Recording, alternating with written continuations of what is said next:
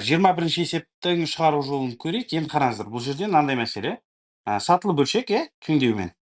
Бұл жерде мынандай нәрсе бар. Біз бөлшектердің санын азайту керекпіз да.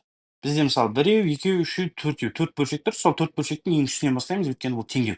Обычный жаңағындай қарапайым бір сатылы бөлшек болған кезде біз ең кіші бөлшектен бастайтынбыз. Енді мысалы мына мән, осы астындағы мән нешеге тең? Бұны табу үшін не істейміз? 1-ді 3-ке бөлеміз. Демек не болады? 3-тен 1 болады. Өйткені бұл бөлгіш болып тұр. Мысалы мынандай нәрсе бар да, 3 бөлу x тең там 1 болатын болса, x нешеге тең? Ол үшін 3-ті 1-ге бөлесіз, x тең 3 дейсіз. Тура сол сияқты нәрсені қолданамыз. Енді 1-ден нешені азайтсам, енді мына жағы қанша болады мынау? Оны мен бір қызыл түспен бояй салайын бүйтіп. Бұл қанша болады? Бұл бізде 3-тен 2 болады. Өйткені 1-ден нешені азайтсам, 3-тен 1 шығады. 3-тен 2-ні. Демек қызыл 3-тен 2. Енді әрі қарай кетемін. Так. Қызыл дегенде мынау менде 3-тен 2 болып тұр, мынаның мәні. Мынаның мәні 3-тен 2. Енді әрі қарай мынау неге тең болу керек? Осының бөлімі. Мынау 1 қосу 3 бөлінген 1 азайту 2 бөлінген 1 плюс x деген бар ғой. Оны табу үшін не істейміз? 3-ті 3-тен 2-ге бөлем ғой. 3-ті 3-тен 2-ге бөлем. Сонда не болады? 2-ден 9 болады. Әрі қарай. Мынаны қарайын. Бұл неге тең? Бұны табу үшін 1-ді азайтуым керек. 2-ден 9-дан 1-ді азайтуым керек. Өйткені 1 қосу болып тұр ғой. 1-ді қосқан кезде ол 2-ден 9 шығып тұр. 1-ді азайтам, демек 2-ден 7. 2-ден 7 мынау қара болды. Енді маған қара деген мынаны бүйтіп жаттап алайық. 2-ден 7 деген мынау болып тұр. Мынау 2-ден 7 болып тұр. Енді осы жерде осының бөлімі неге тең? Бөлімі неге тең дейтін болсақ, бұны табу үшін не істейміз? 3-ті осы 2-ден 7-ге бөлеміз. Болады 7-тен 6 болып кетеді. Енді 1 азайту 2 қосу, мынаны былайынан шығарсақ болады. 7-тен 6. 7-тен 6, мына жерде 2, 1 плюс x, мына жер 7-тен 1 болады. Енді осы жерден пропорциямен шығарсақ та болады. Сонда 1 плюс x тең 14 болады. X тең неше болады? 14-тен 1-ді азайтсақ 13 болады. Есептің жауабы 13. Главное, есепте қорықпау керек қой. Жай-жайлап шығара беретін болсақ, есеп өзі шығады. Төмендегі гистограммада 40 оқушының A-дан E-ге дейінгі сүйікті тағам ретінде дауыс беру нәтижесі көрсетілген. Оқушылар саны былайынан олардың тағамның түрлері. Төмендегі дөңгелек диаграммалардың қайсысы гистограммадағы ақпаратты жақсы суреттеп тұр дейді. Біз қараймыз да, так, ең көбі Е. Е-нің үлесі ең үлкен болу керек. С біз мынау 90 градустың белгісі ғой, мына тікбұрыш. Барлығы 360 градус болса, ол 90 градусты білдіріп тұр. Демек 4-тен 1 бөлігі қайсы, соны табу керекпіз да.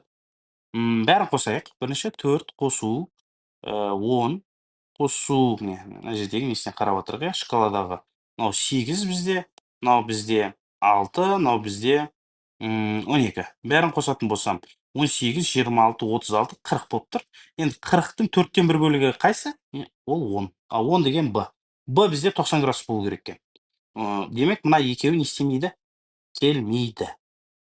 Е дұрыс, одан кейін Б 90 градус екі жақта да. Айырмашылығы С мен Д болып тұр, тек қана. С мен Д-ның айырмашылығы болып тұр. Енді айтады да, Е мен С-ны қоссақ дейтіне, или Е мен Д-ны қоссақ, тура жартысы. Яғни 20-ны береді дейді. Қайсыларды, 12-ке қайсысын қоссам 20-ны береді? Мынаны ма, әлде мынаны ма? Әрине 8-ді, Сонда 12-ке 8-ді қоссақ, 12 мен 8 бізде С. Е мен С болу керек екен. Демек, мынау келмейді да, С нұсқасы болады. Өйткені Е мен С-ның қосындысы ол 20 болып тұр. Ал А, Б-ның қосындысы тоже 20 болу керек. Түсінікті? Өйткені біз 360 градус деп аламыз ғой, бір кругты. Енді мына бір бөлшекті шығару үшін бірінші алымын есептеп алайық. Ортақ бөлім 25-тен беремін. Мынаған 1-ден келеді, мынаған 5-тен келеді, мынаған 25 емес, 100-ден келеді екен. Мынаған 4-тен келеді, мынаған 20-дан келеді, мынаған 25-тен келеді. 16 қосу 20, азайту 25. Ал бөлімінде ше? Бөлімінде ортақ бөлім бізде 20-дан. Мынаған 10-нан келеді, мынаған 5-тен келеді, мынаған 4-тен келеді. 10 қосу 15 қосу 8. Бізде алымында 100-ден 36 11 болады мынау. Бөлу 20-дан 33 болады. Сонда 100-ден 11 көбейту 33-тен 20. Так, қысқартамыз. Мұнда 3, мұнда 1, мынау қысқартамыз 5. Сонда 15-тен 1 екен. Балалар, сосын жауабы С болады. Мына нәрсені тоже естеріңізде сақтаңыздар. 1 бөлу 15 деген, я 15-тен 1 деген былай жазылады. Келесі. Төмендегі суретте өлшемдері 25 метр және 11 метр тіктөртбұрышты саябақ көрсетілген. Саябақ ішінде ені 2 метр жолдың аудан тап. Яғни мынау жол ғой, бізде осының аудан табу керек екен да. Енді бұны есептеу бізде қиындық тудырады. Өйткені біз мынандай әдіс қолдансақ болады бұл жерде ше. Мынаны алайық та, осы кесілген жолды кесіп тастайық. Сөйтіп мынаның асты қарай киіп жіберейік былай. Ровно киіледі ғой. Киілген кезде бізде қайтадан тіктөртбұрыш пайда болады. Оның ені қанша болады? Ені 2 метрге азаяды да 9 болады. Ұзындығы тұра береді. Сонда бастапқыда оның ауданы 25 көбейту 11 225 болған. 275 болған. Одан кейін 25 көбейту 9 жаңа жолды алып тастаған кезде ол 225 болды. Енді бір-біріне азайтасақ жолдың ауданы шығады ше. Сонда жолдың ауданы қанша екен? Ровно 50 болады екен. Так, 25 және 26 сұрақтарға жауап беру үшін төмендегі ақпаратты пайдалан дейді. Төмендегі фигура 3 бірдей кіші ширек шеңберден және 3 бірдей үлкен ширек шеңберден құралған дейді. Яғни мынау бірдейлер, мынау бірдей өзара. Одан кейін мыналар тоже өзара бірдей. Мысалы, мен аудан несін радиусын x деп алайын, одан кейін y деп алайын, одан кейін x деп алайын. Демек, теңдеулер жүйесін былай құрсақ болады. 2x қосу y қосу 6 нешеге тең? 57-ге тең. Келісеміз ба? Яғни барлығы 57. Одан кейін мынау y, мынау x. Және x-тен бастайық. X қосу 2y тең 57. Балар, біз не істедік? Бұл жерде өрнектеп алдық қой осылай. Енді ары қарай мынаны былай кішкене бір жүйелі жіберсек болады. 2x қосу y тең 51. X қосу 2y тең 57. Енді алайында мынаны 2-ге көбейтіп жіберейін. Тек қана үстіндегісін. Y-тер теңестіріп алайық сөйтіп. 4x қосу 2y тең 102. X қосу 2y тең 57 болып тұра береді. Азайтамыз. Мынадан азайтсақ 3x болады. Y пен y жойылып кетеді, 2y-тер. 102-ден 57-ні азайтсақ 45. X тең 15. 15 деген бізде қайсысы? Кіші ширек. 15 екен. Ал үлкен ширектікі қанша? 15, 57-тен 15-ті аламын. Яғни 15 қосу 2y тең 57 деп жазып аламын. Осы жерден 2y там 57-тен 15-ті азайтатын болсақ 42, y тең 21 болады екен. Бізден қазір сұрап жатыр кішкентайын. Кішкентайы 15 шықты.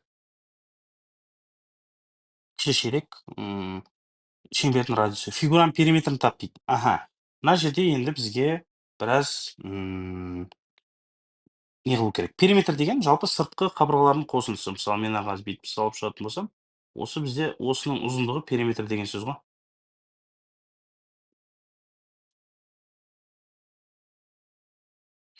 Енді қараңыздар, мынандай бір доғадан неше тұрады? Біреу, екеу, үшеу. Сосын мынандай доғадан біреу, екеу, үшеу.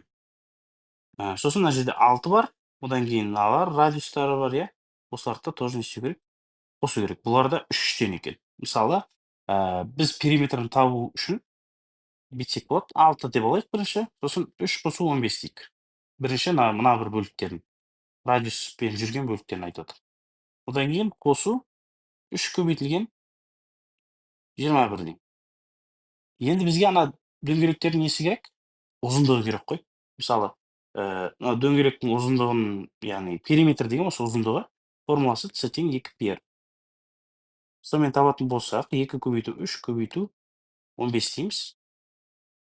90 болады. Бірақ 90-ның бізде 4-тен 3 бөлігі ғана бар. Бұл С1 болсын бізде, С2 бізде 2 көбейту 3 көбейту 21. 42 іске 126. Бұның да 4-тен 3-і. Яғни қосу 4-тен 3 көбейту 90 болса, қосу 4-тен 3 көбейту 126 болады екен. Енді осыны ары қарай есептейік. Так, 6 қосу 45, қосу 63 дейміз, қосу мынаның 90-ның 4-тен 3 бөлігі қаншаға тең? 4-ке бөлетін болсам, 22,5 бола ма? Иә, 22,5, оны 3-ке көбейтсем, 67,5 болады, мынау. 126-ны 4-ке бөлетін болсам, 41,5. 31,5, оны 3-ке көбейтсек, 31,5 көбейтсек, 94,5 болады. Енді осының бәрін қоссақ. 45-ке 6, 51, 114 болып тұр мына жер. Мына екеуін қосып жіберейік. 150, 95, 162. 162-ге қосамыз 114-ті. Болады 276. Бар ма ондай жауап? Бар екен.